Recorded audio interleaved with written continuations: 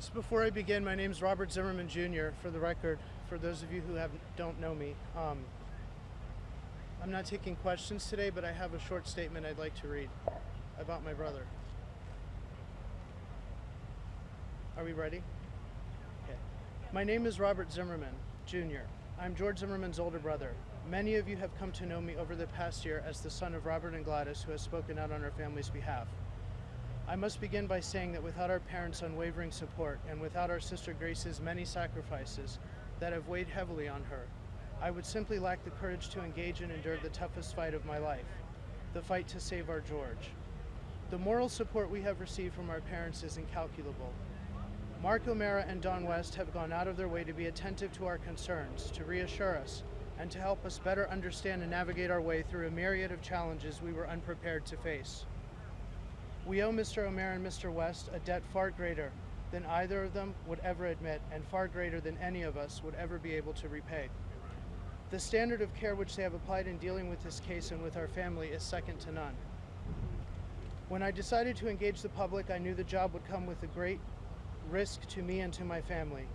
Our family's private life would be scrutinized, and every detail would be combed over by the press, just as the press had done to George.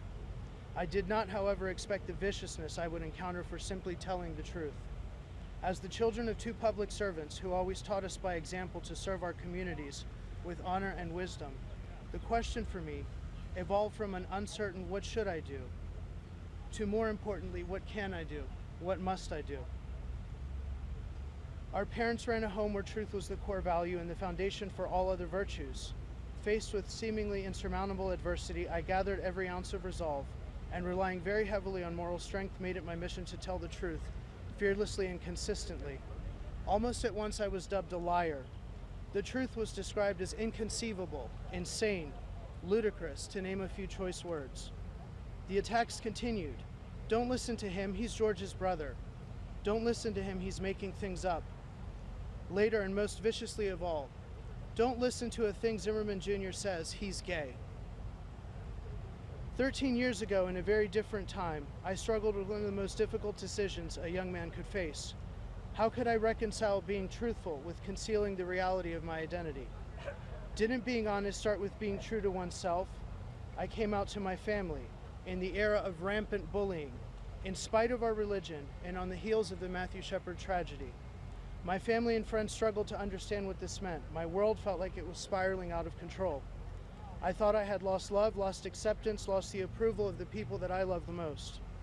When I was living the darkest days of my life, and for the first time living without my family, for telling the truth, George was the first one to come to my new home, the first to embrace me, the first to assure me everything would be right again, because I was telling the truth. Maybe not today, maybe not tomorrow, but it would get better. George was right. He became my staunchest advocate.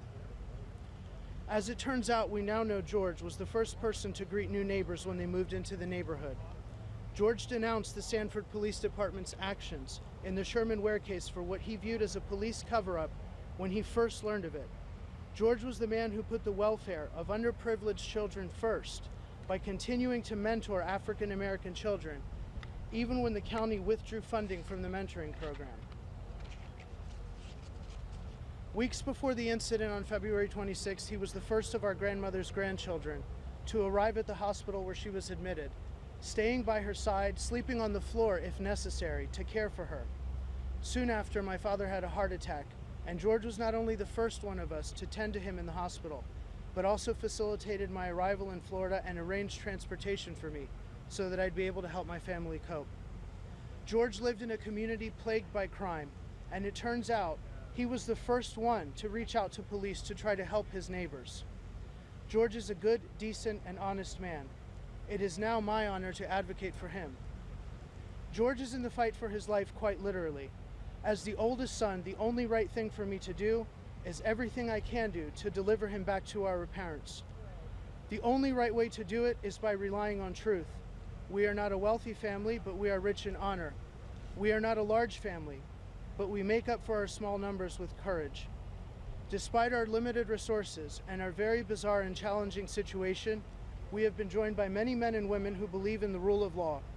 Each of them in their own way has contributed to the quest for truth, and has done what they can to help. We are grateful to all the voices across our land who continue to speak up and the many who continue to stay vigilant. I assure you, as our mother assured you, your trust in George is well placed. I want to thank them all for their unwavering support. It is on their behalf that I speak out today. I've heard you all. I've been listening for a very long time now. In a word, you are disgusted. Quite simply, the media acted with sheer incompetence and the American people were misled. With reckless disregard for the safety of the public, the media accepted as fact and promoted as truth a false narrative presented by attorneys who have a now proven financial interest in repeating a racially inflammatory falsehood. We are now faced with an aberration of justice. Statute which is supposed to protect those who are forced to protect their life has been defiled. The media's incompetence laid the foundation for the misled public to demand an unfounded charge, and an innocent man is now faced with an improper charge. It is to give voice to all of you, the otherwise voiceless, not as a spokesman for the defense, nor as a family representative, that I am calling on the state of Florida to do the right thing, the only just thing, what should have been done long ago. I believe the time has come to withdraw the charge of murder in the second degree. The men and women of the Sanford Police Department, sworn to uphold the law, were doing their job when they refused to charge someone with a crime who had committed no crime.